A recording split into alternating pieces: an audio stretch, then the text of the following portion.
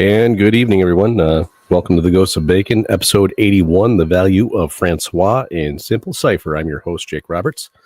Glad to be back after a brief layoff for the holidays. Hope everyone had a wonderful and safe holiday with their family and friends. And I'm looking at the chat that always seems to start well before the show begins. So it's always great to see loyal people showing up. Carolyn had asked if I had seen the Josh Gates Expedition Files episode called Code Breakers. And unfortunately, Carolyn, I missed that. David, Neeson, my friend, good to see you in the house. Zantlum, of course. Hope to have you on the show at some point to kind of share some of your latest finds. You've been diligently working behind the scenes, and you keep hinting at all of the really interesting things that you've been finding that seem to corroborate everything that I found. Loving that very much. We have podcast royalty in the house. Tom Burns, good to see you, my friend. And listen, we have an episode of The Curse of Oak Island coming up, a new one coming this week after the holidays. So that means that we're going to have another episode of Jeff Freeman's podcast with co-host Tom Burns. We're definitely going to be able to check that out and take in all of their analysis of what we see Tuesday evening here in the States. Looking forward to that. Jan Scorza, of course, my friend. Good to see you. Mary, great to see you in the house as well. And Ray mentions this. I answered you in the chat, Ray, but you get some screen time tonight. 167 Baron Barrel. I'm Francois the Third. That exact number and that correlation is coming up this evening, and you had seen that ahead of time. So great work. Linda, glad you can make it. Kat, good to see you, my friend. Patty, hey sis, good to see you. Jenny, Tommy, Linda, wow. Great to see so many familiar names and out there watching this evening. So yeah, tonight, as I had mentioned in the event, that sorry if my voice is a little rough. I did catch that bug that was going around here during the holidays. I caught it before Christmas. We were able to get well before Christmas. Not so much for our family get together, Patty. That was a rough morning. So try to stay safe out there, and try to stay healthy. I talked to my good friend John Edwards this afternoon for about an hour or so, and he still has a cough that's just rocking him. So John, I'm wishing you well. Hope you get well soon. Jason, I saw your name in there in the chat. Oh, there's my sister Penny. Good to see you, Pen. So yeah, ever since we or ever since Facebook had kind of changed the rules regarding how you can do a live event via a third party program the way I do, it's been kind of tough for me to get out there and reach. So everybody, if you're watching this live, and if you haven't already done so, make sure you join my new group, the Keys of the Rosy Cross and the Ghosts of Bacon. I had set up the link in the Ghosts of Bacon. I'll repost it again soon. If you haven't already done so, please do so, because we're not posting any new information there in the Ghosts of Bacon anymore. That's no longer under our control. So, we wanted to make sure we keep things in-house. So head on over there and take care of that as soon as possible. If you could, if you get a chance, please click like and follow me here on YouTube if you haven't already done so, as well as my Keys of the Rosy Cross Facebook page. Helps me out bunches.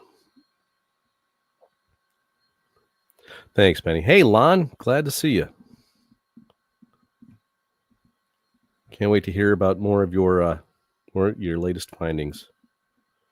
So yeah, tonight What I wanted to do is demonstrate how many of Francis Bacon's common um, cipher signatures, numbers commonly associated with Francis Bacon, the Rosy Cross, actually also echo his secret identity.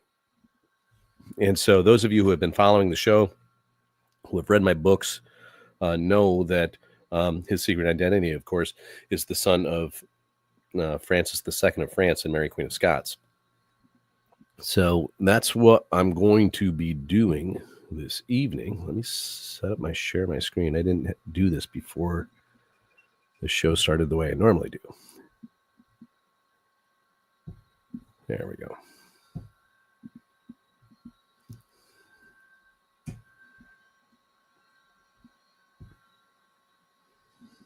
Let me move my little punum down here in the corner. There we go. That's better. All right, gang. So, a lot of people who, if you've been watching this for a while, you know what I mean when I say cipher signature. It's a number that it represents Bacon's name or ideas associated with Francis Bacon. And I outlined all of this in my very first book, The Holy Trinity Decryption.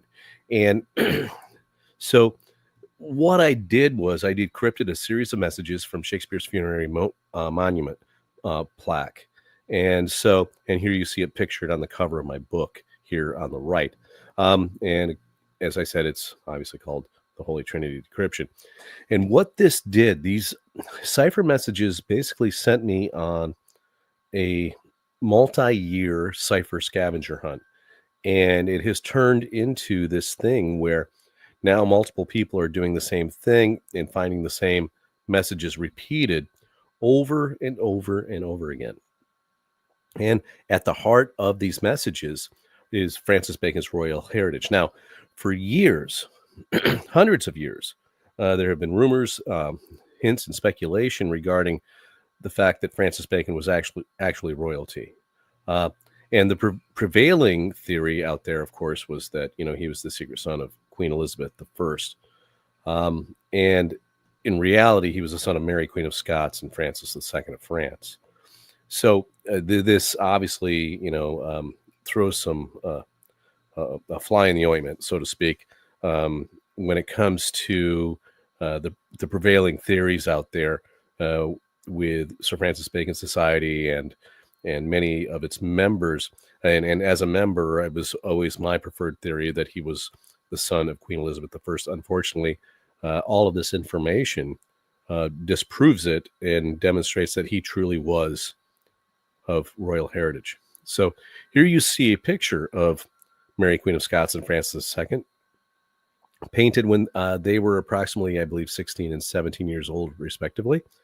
Here's Sir Francis Bacon at the age of 18 in this miniature painted by Nicholas Hilliard, who I believe was an alias of the man that we now know in history as Sir Walter Raleigh.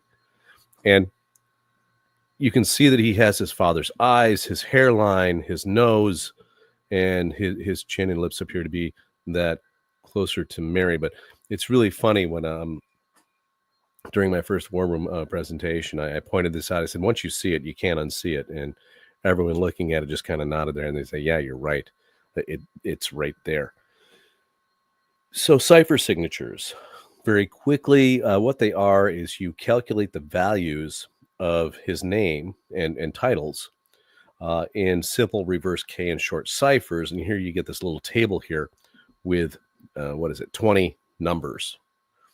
And so along with these, there are also, values of Fraternity of the Rosy Cross, Frau Rosy Cross, and things like that are associated with Francis Bacon. And tonight I'm going to be kind of showing you how they overlap. So all of these numbers here, these 20 numbers in this table, are very commonly known. They're commonly accepted by historians and Baconian researchers. But many of them also are values of his secret identity as the Dauphin of France. And there are far too many for this to be just simply a coincidence. And that's what most people try to write this off as. But again, tonight, as I go through these data points, I'm not saying that they're proof positive of anything. I'm just saying that they are more data points in that support the original messages that I've decrypted, that Jason Mercer has decrypted, that Will Russell has decrypted, Z Zantlo has decrypted. Uh, so I mean, it's no longer just me, as a voice here in the wilderness. We have corroboration. We have the idea that it's repeatability, which these two things are the backbone of the scientific method that Francis Bacon created. So this was on purpose, and so it's also attributed to Sir Francis Bacon's genius, because I think that he truly was the greatest mind in history. And I don't mean in the last 500 years, I mean ever. Uh, the things I've seen now at this point are just so baffling and amazing that he was able to do what he did. There's no other explanation. And along with that, not just my pursuit of truth, but that was Bacon's primary objective, the pursuit of truth. That's what he desired above all else. And along with that, he even encoded that in the frontispiece of his book, The New Atlantis. And in Latin, around the outside of it is a phrase that says, "In time, the hidden truth is revealed." And here's a picture of it. You can see Father Time there with his sickle, his hourglass is down on the ground between his legs. And here's Father Time pulling truth out of a cave of darkness. You can see that there are boulders stacked up that he must have pulled away in order to reveal the truth. And this is what Sir Francis Bacon wanted to have happen, and that's why I continue to do this. So, like I said, our Bacon signatures, when we look at a couple of them here, you can see here on the right in the table, highlighted here, right there and there. Francis has a value of 67. Bacon has a value of 33 in simple cipher. And they go in order here. I didn't label them this evening, but the first column is simple cipher. The next to the right is reverse. And then after that, the third column is K. And then we have Elizabethan short cipher here on the far right in the fourth column. So when we recognize that Francis Bacon was actually Francis III, and we just look at his initials of F III, well, in simple cipher, these letters total 33, which, as you can see, is Bacon in the table in simple cipher. The reverse cipher values of these letters is 67, which is Francis in simple cipher. So F III, his true secret identity, actually has values shared with his known name. The K cipher value of F III is actually 137, which, if you've been following this podcast for a while on this show, you know that that's the 33rd prime number, and therefore a signature for the name Bacon. Short cipher value of F III is exactly the same as simple cipher in this case. So when we look at the value of the name Bacon in K cipher, this is his known name, his known identity. And here we have a value here in the table in K cipher of 111. And so when we look at this value of Bacon in K cipher, we can think that 111, if we were to write his name as, say, Francis 111, well, right there is his identity as Francis III. So I don't think this is coincidence. In fact, and this is, people can call this speculation if you want, but I call this an inference based upon the details and all of the other data points that I've been studying that I'm not putting in this video or this broadcast this evening. I believe that, and since his father was Francis III or Francis II, it makes him Francis III, that this was the purpose of K cipher and why it has the values it has. So if you're not familiar with it, K cipher, starting at the letter K, retains, and from K to Z, they retain the same exact values as simple cipher. 10 through 24.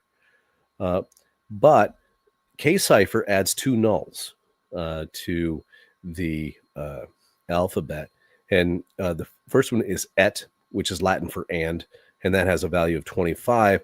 And it also adds an ampersand, which has a value of 26. Now, people call these nulls, but when you encounter these on Rosicrucian frontispieces or Bacon's or Raleigh's, which is all the same thing, these words and the symbol of ampersand have these values. And so then you can incorporate those into the cipher values on the frontispiece to reveal more messages. And so they're not just nulls, they can actually be used. But I think they were added specifically so that when we add the values of the name Bacon, A becomes 27, B becomes 28, and C becomes 29. And then we end up with that total of 111. So his name can appear as Francis III. Additionally, if we take the simple cipher value of Rex and the simple cipher value of Francis of 67, added them together, we have 111. And the message becomes Bacon, 111 Bacon is Rex Francis. So another title that he was very proud of is Baron Verulam. And he received this on July 12th of 1618 from his younger half-brother, James I. People are still having trouble swallowing that truth. And, you know, it's funny, back when I was researching with my good friend Chris Dona, bless his soul, one of the things that he always said over and over, he said he was so proud of this title. You know, he had researched Sir Francis Bacon a great deal more than I had before I started doing this. And he says, no, this is one of the titles that he was by far the most proud of. And it has to do with the values that you see listed there in that little table. The simple cipher value of Baron Verulam is 133. Most people look at this and call it a double Bacon value, which double Bacon's great on a burger, but in fact, it has a better meaning than that. It's actually the value of Stuart King in simple cipher. This is going to come up again. And Mary, you mentioned this one, 167 in reverse cipher. That's the value of Francis Stuart in simple cipher, and along with a couple of other things such as Francois III in reverse cipher. So, you know, this obviously again is another double Francis Bacon signature. The short cipher value of 43, again, Stuart King in short cipher. And it comes up again and again and again. Usually in my work in studying the Shakespearean sonnets, when I was decrypting those in one of the chapters of my latest book, The Keys of the Rosy Cross, 43 rose to prominence, and I recognized that it's definitely a significant number. And then I realized how important short cipher was. So we include that. His title of Viscount St. Alban, when he received this one, after he received this title from James I as Viscount St. Alban, he actually signed his name, Fr. St. Alban, after receiving it on a few documents. And lo and behold, if we look at his father's house of Francois II, his house Angoulême, and the cipher values of that name, all four ciphers match. Here you see FR period St. Alban that has values of 88, 137, 192, and 34, the exact same as the name of his father's house, Angoulême. I'm going to include Fra Rosy Cross because I've talked about these values before, but they're so significant and so prominent in particularly in the work I did with the sonnets, that it's really important to, you know, drive this point home, that if we look at the values of if we leave out Fra, the fraternity, and look at whose fraternity is, and look at the values of Rosy Cross, we get an answer. And so here you see in simple reverse and K ciphers, Rosy Cross equals 133, 117, and 211, which tells us whose fraternity this is, which is again the exact same values here in this new table of Stuart King, 133, 117, 211. So what happens when we look at this? Well, it's telling us that this is the fraternity of a Stuart king. We know that Francis Bacon and Walter Raleigh both started it and were the members. So it makes perfect sense that these values would be exactly the same. Also, we can add in FRA back into the equation, and we end up with the message of King Fra Stuart. Of course, Fra can represent the word fraternity, but it's also an abbreviation for Francis, which he had used a few times. So these are only a handful of examples that I had to show you tonight. There are others, but I'd be going on ad nauseum here, and it's always the same message. Is my point here. So these cipher values that were used for that his commonly known name and other titles, I believe this shows a specific purpose.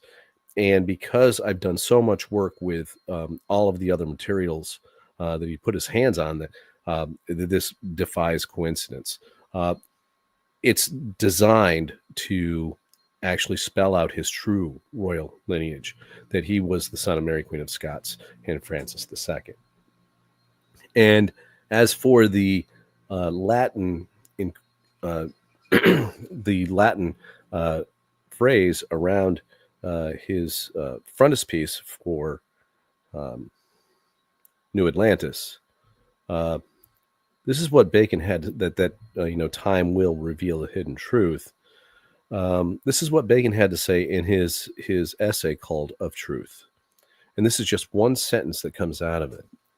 He says, "But it is not only the difficulty and labor which men take in finding out of truth." And sorry, Z and Stephanie and all the other ladies out there doing this research. Of course, you know that this is historical. He says, "But it is not only the difficulty and labor which men take in finding out of truth, nor again that when it is found, it imposeth upon men's thoughts.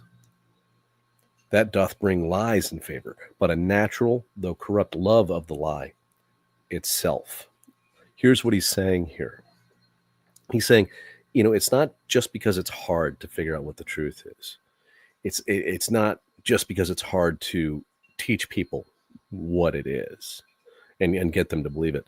He says, what it is that and that doesn't make lies be favorable.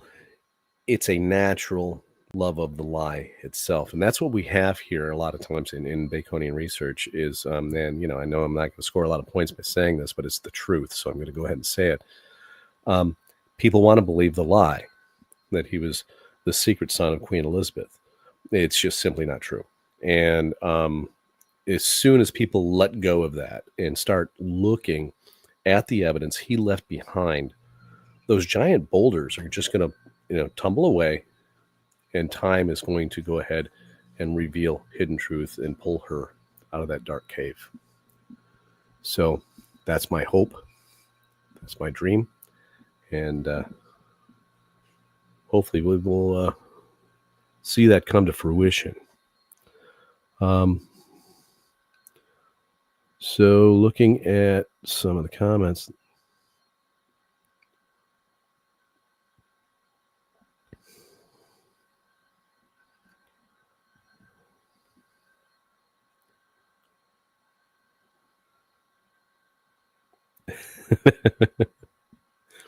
See, this is the stuff I love. Thank you, Z. But while we wait, we may as well talk ciphers. I agree. Love it. Yeah, I agree, Z. He did use that a lot. And it's easier, but it's also a little more complicated as well, simply because there's so many letter combinations that can produce the same exact values. And so for that reason, it's like I tend to use short cipher as validation when all the other ones click. You know what I mean? But yeah, you're so right.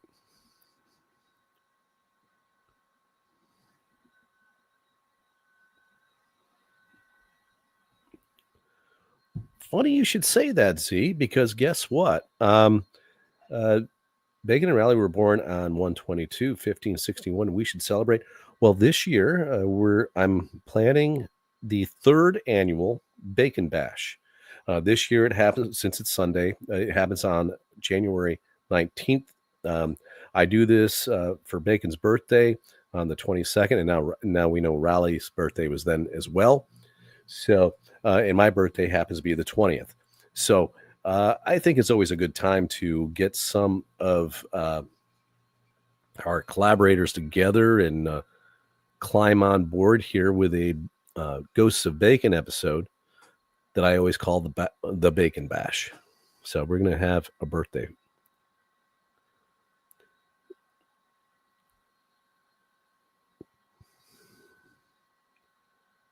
Let's see. Oh, here's a good. Where either side of the family's brightly. Yes, not to the degree that he was, Carolyn, but by all accounts, Mary Queen of Scots was brilliant. By all accounts, his father Francis was very, very smart, although he had a lot of health issues, seemed to be kind of frail. But yeah, I think it was just the perfect combination here. And his grandmother, well, Catherine de' Medici, by all accounts, was also a genius, but she used her powers for the darkest of forces, I think. Great question, Jan. The dark figure being pulled out of the cave is supposed to symbolize truth, which when it comes out into the light, it was depicted as a naked woman. You could see one breast bared, which is usually a symbol of Sophia, the goddess of wisdom. So once truth is brought into the light, it can become wisdom over time.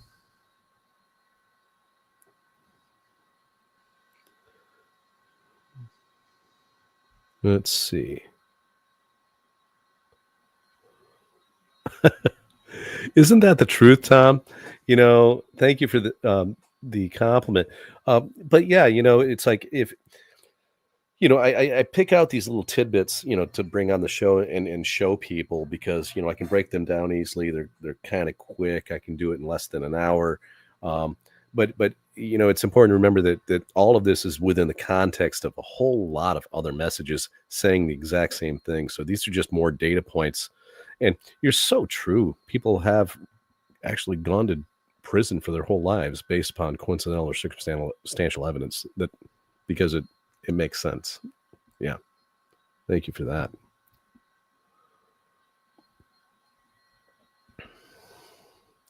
Yeah, Lon, 157, the value of Frau Rosie Cross, symbol cipher. Yeah, Penny, I know you guys will be there. Yeah, Z, Catherine de' Medici was the queen of poison. There's so many legends regarding her. They called it, I think, her black cupboard, where she kept just all kinds of assortments of different poisons that she used on her enemies.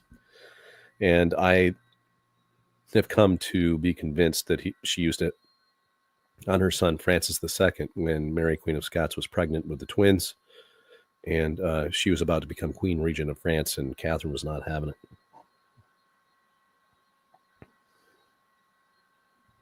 Yeah, Tommy.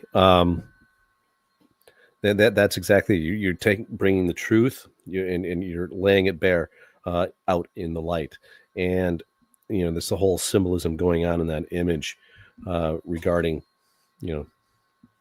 time revealing all hidden truths, and so. This is, really, I think one of his messages is that he had hidden the truth in everything he touched. He and Walter Raleigh hid the truth of their secret birth that had been hidden and became a state secret. They hid the truth of their aliases. They hid the truth of their operations, particularly on one of our favorite islands in the North Atlantic. More to reveal about that at some future date, probably within the next couple of years. So they wanted this known because they didn't want it to be lost completely to history. And the problem is that when all of a sudden so many people um, in the past, in pursuit of the truth, thought they found it, but made some serious errors. And I'm talking about the pseudo cryptologists of the turn of the 19th and 20th centuries, who believed that they had found cipher messages in the first folio and weren't exactly using what we would call accepted cryptanalysis techniques.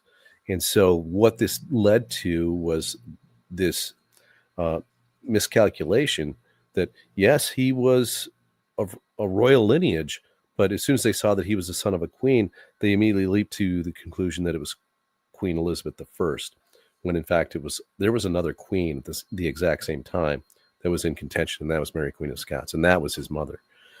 So that's what we end up with. And so here, as the truth finally eventually comes out, that's why I included that Bacon quote of truth, that it's really people's love of the lie that prevents them from really seeing and understanding the truth. And that's what's happening with this information at this point. But you know what, gang, we are, I think we're headed towards a critical mass, I think. I truly want to believe that. We have members who have climbed on board and taken my work, and they're running with it. And as they continue to run with it and make more discoveries that corroborate everything that I've discovered, it only moves us forward. And what it does is, as they begin to publish, we have a book coming out very, very soon that's going to be announced here on the show. My good friends John Edwards and Will Russell are going to be coming on as soon as their book is published. I'm pretty sure it's going to happen here before spring, or at least I'm hoping, because I can't wait to read it, first of all. And second of all, I can't wait to have them on so that they can, do some of the big reveals that they want to watch the look on my face when I go, I get that dumb look on my face. That's what they keep talking about. They just want to see the look on my face. So I'm really excited for them to finish it and get that out. And I think all of you should be too, because it's going to, those two collaborating together, this is going to be a barn burner. It's going to be an amazing book, and I can't wait to read it. So we have that coming out. Adam Thomas and his father are actually finding real ciphers encrypted within the first folio. And talking with Adam just yesterday, gang, the stuff that they're finding, this is just blockbuster information. So we have people who are really applying true cryptanalysis to these materials.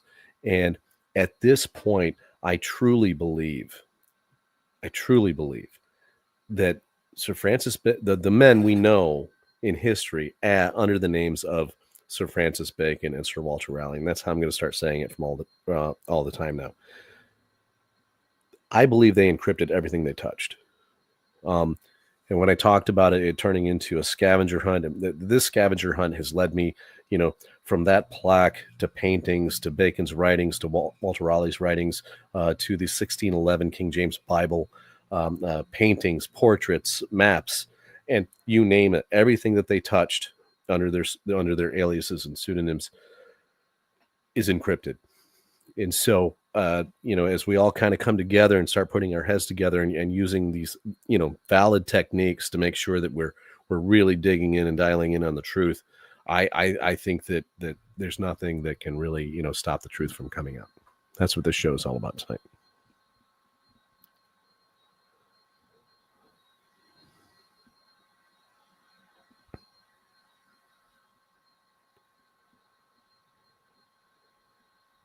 This is one of my favorite questions, Kat. And so why, if it was such a secret, did they even tell the boys the truth? They were infants. They had no idea. Well, from what I've read, Ray, and again, this is the other question that kind of goes hand in hand with that is a lot of people ask the question that's asked almost as much as this one is, why didn't Elizabeth just have them killed? Well, she didn't have Mary killed. In fact, it was the people around her who influenced her and got her to finally sign Mary's death warrant. She could have done it a bunch of times. But, I mean, it was a family member, first of all. But why didn't they tell them? I think the original plan was that if they could raise these boys in the Bacon household. In the household of Queen Elizabeth's favorite people, her best friends, her most confident um, uh, uh, advisor, um, Sir Nicholas Bacon, and her best friend, Lady Anne Bacon. If she could get them to raise these boys to be truly dedicated and obedient to her, which they were, and they did, that they would be the logical success. One of them would be the logical successor to the throne.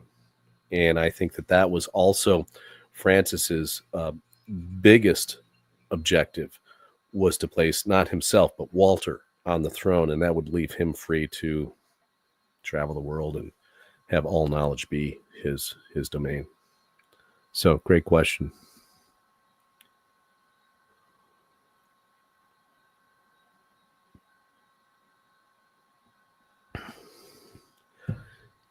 I think so, Linda. I think that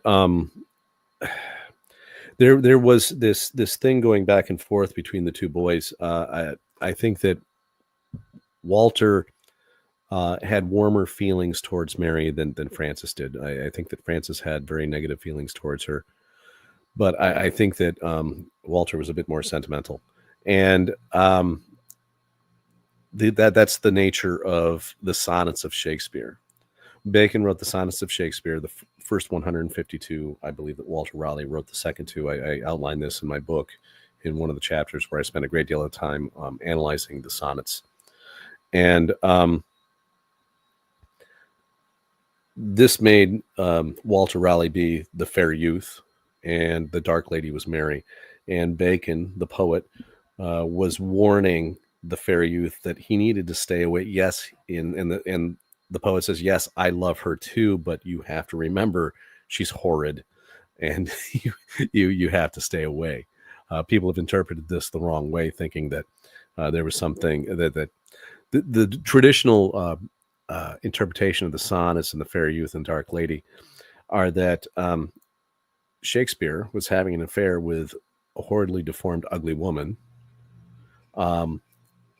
but also having a homoerotic affair with the fair youth. But the fair youth also wanted to be with the ugly, horrid woman. And he was warning him to stay away from her, which, when you think about it, like when you hear it out loud, you realize that that's a really dumb theory. But if all of a sudden, the ultra genius brother is telling his other brother, hey, she's bad news, she's going to get us in trouble, stay away from her, you don't need her influence, which is the message of those poems, everything makes sense. So, great question.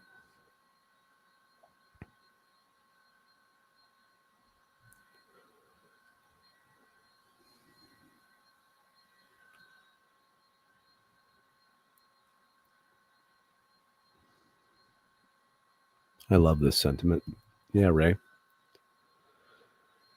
And this is a conversation that I've had with a lot of people who are associated with, our favorite island in the North Atlantic. Is that, in my mind, I'm a treasure hunter, in the sense that this is what I've been looking for and pursuing, is the truth. And as I find it, each little gem of truth, there's a reason why they call it a gem of truth, is so validating, and it's as satisfying as finding a treasure chest, I think.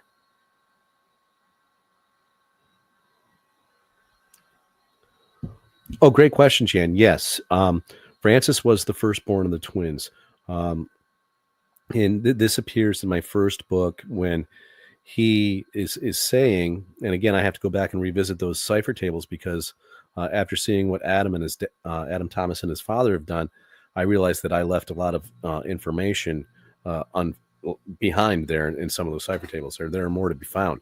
But yes, he says that he is the eldest of the Stewart brothers. And at the time, I hadn't uncovered the twin information about he and Walter. And so I assumed at that point, logically, that this message was referring to his younger brother, James.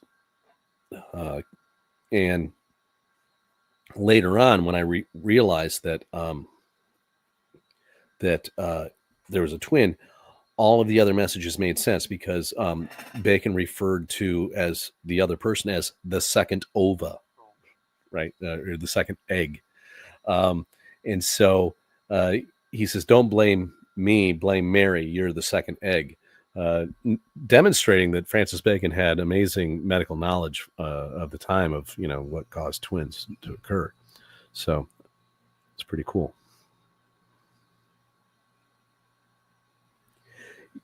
Exactly, Linda. It's like he found her horrendous, but he couldn't. He also found her irresistible at the same time. In reality, when you actually read the sonnets, he talks about love. That yes, he can't stay away. He has to go see her. Blah blah blah. But it makes more sense that it was his secret mother that he was visiting, and as much as he really didn't like her, and had been raised by the Bacons to despise her, he couldn't stay away. But he was also telling the fair youth, his twin brother Watt, stay away, don't trust her, don't trust the things she says.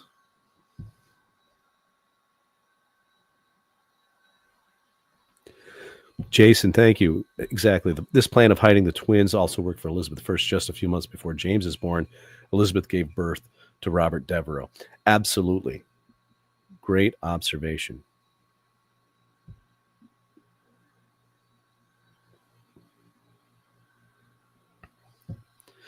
Yeah, Kat, that was my thought too. Why the thing is that they did look quite a bit alike, but at the same time, um, you have that idea of um, no one knew that Bacon was adopted, or that Walter was, and using the name Anthony.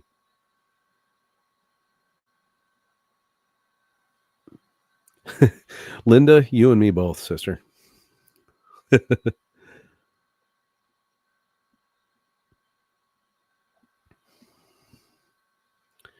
Oh, great question, Kat. I don't remember. I think it was Robert Cecil.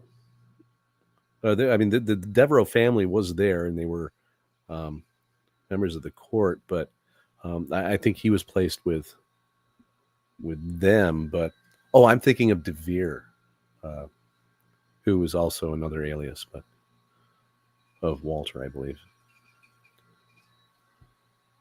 So wow, it's like this is one of the things I love most about doing this live show is having you guys come in and post your questions in the chat, um, and these are I think I have some of the savviest and smartest viewers, um, when it comes to podcasts, just because the questions you guys ask are just so good.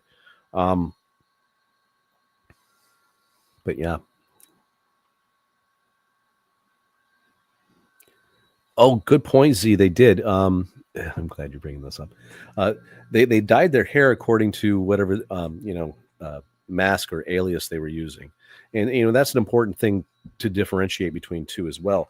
Is the fact that they had the Red Stewart hair, but there were times when they would take on a name, or they would publish work under someone else's name, or in the case of say Walter Raleigh using the, a name of an artist who had already previously created a lot of artwork, and all of a sudden Raleigh proves his artwork using the same name and just kind of puts it out there after the person is dead.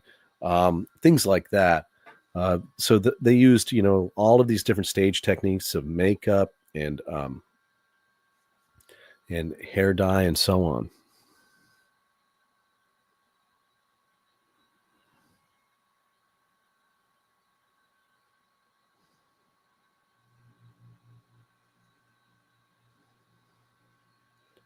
Oh yeah, Yoakum. No, they did use the values for Mary Stuart as well. They're slightly different than Stuart King. It's a good observation.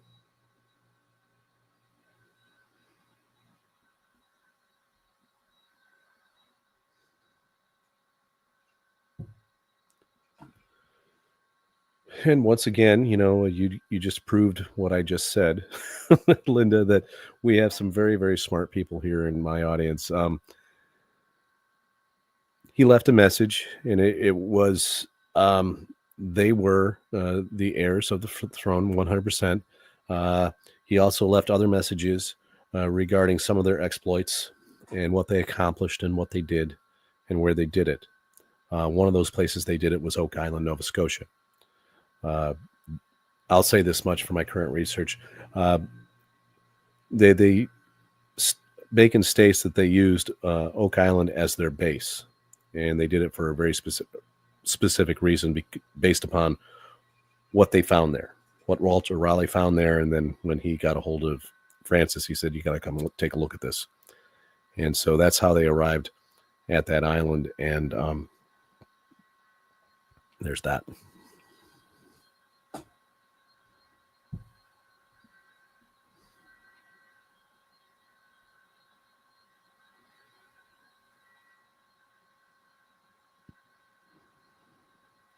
Yeah. Distraction. Yeah. A lot of distractions. Z. Joachim. Yeah. Using that spelling. I only use the spellings that I see that appear in the decryptions that I do, and I haven't seen that one. That would be kind of changing the spelling to suit the needs. And so in France, when she was referred to as Marie, there was an e at the end. So that again changes the values. But I get what you're saying. But when we're looking at those values, I always follow a very, very strict protocol where I don't use a spelling that I don't see them use. And so if sometimes there's a phonetic, but if it's a phonetic message that's in the surface text of say a transposition table that I've decrypted, I don't calculate the values of the phonetic per se. So I understand exactly what you're saying, but I'm always very leery of doing that.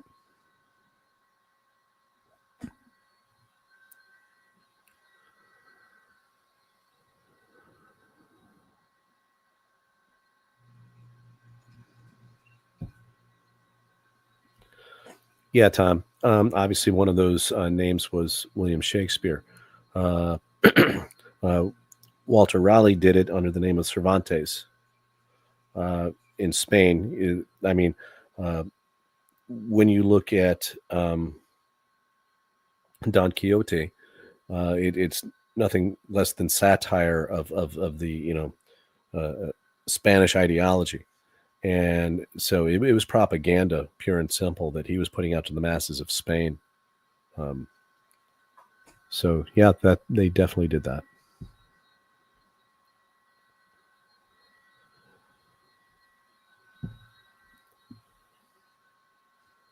Great question, Kat. And what two countries seem to come up most when it comes to fighting over Oak Island and Nova Scotia? England, and France. And so you have to remember that these two guys, at the end of the day, they were working for themselves and they were working for their own agenda. Okay. They were both trying to create their own little, in a sense, kingdoms here in the colonies. And so, even though history records that we have these two different countries warring, and there are English things done on, but there are also a lot of French artifacts there. There are Portuguese artifacts there.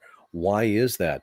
In my opinion, it's because they were privateers, and it didn't matter where the artifacts came from. They took them, and when they took them, they would get left when they were done using them. So, great question, but you have to remember, we tend to think of history in terms of these things that we take in of recorded history, the orthodox agreement of what happened in history, and sometimes it's not always true. So, great question, because it really does kind of pull back that layer of what we know versus what we think we know.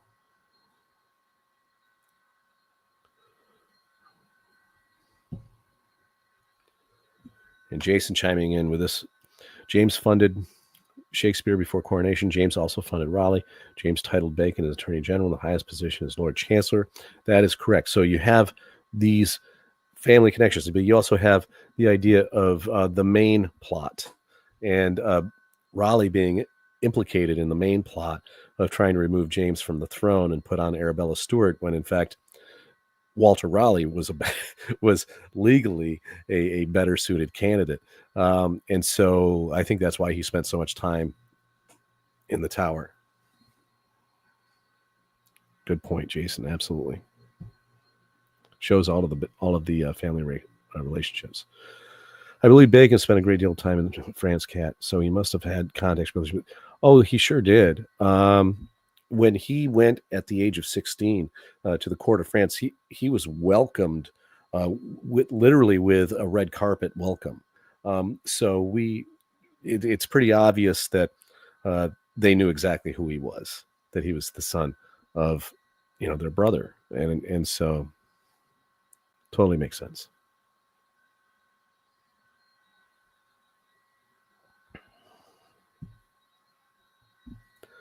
Well, he wasn't under Elizabeth's thumb at all. Great question.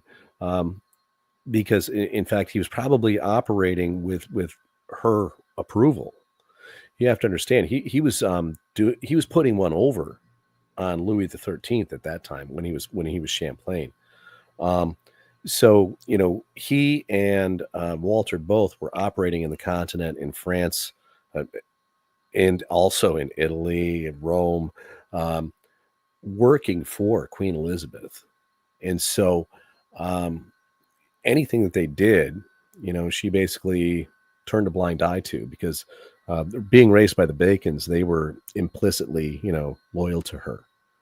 But again, like I said, it has to do with that idea of what we think we know about history and what we've learned, and how some of it might not be entirely accurate.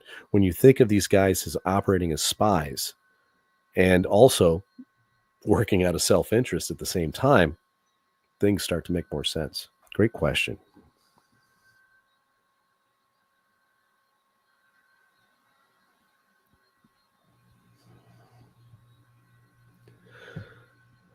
The history of Atlantic Canada with the English and French, these fellows played both sides of the fence.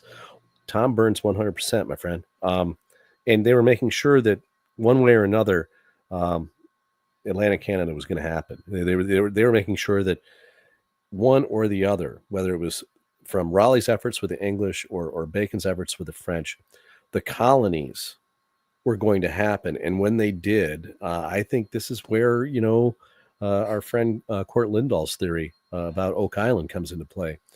They had a plan to create an entirely new nation and to settle it, and to have it be something completely different, that more akin to, Bacon's New Atlantis.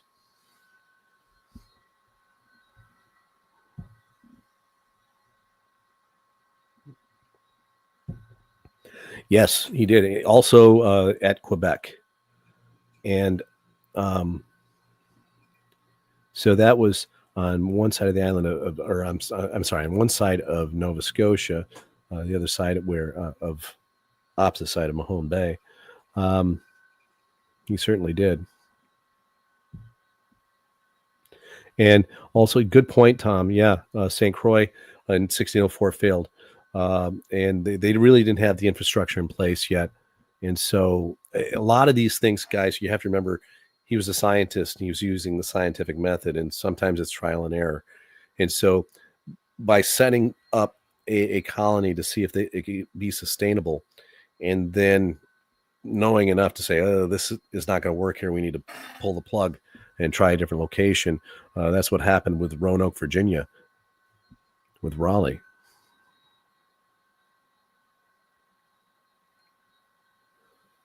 Oh, hey, Gretchen. Good to see you, my friend. Always happy to have you here. Glad you're enjoying it.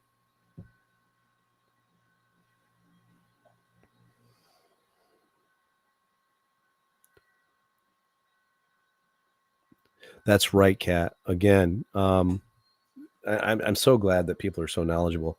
Because it's like it didn't work there. Pull back. Let's try again next year, and Yes, Habitation was then.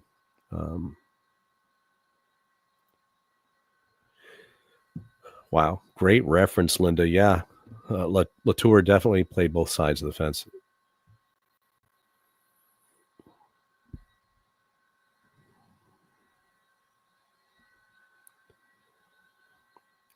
Was St. Croix 1603? I think you're right, Kat. Oh, we're gonna have to look into that, and maybe we'll talk about it in another episode. Because 1605. Yep. Okay. Good job.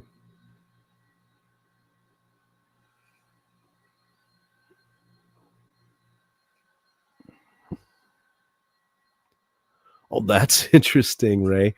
Remember when I first started watching this podcast was around the time the condo collapse in Surfside, Miami, 305, Champlain Tower.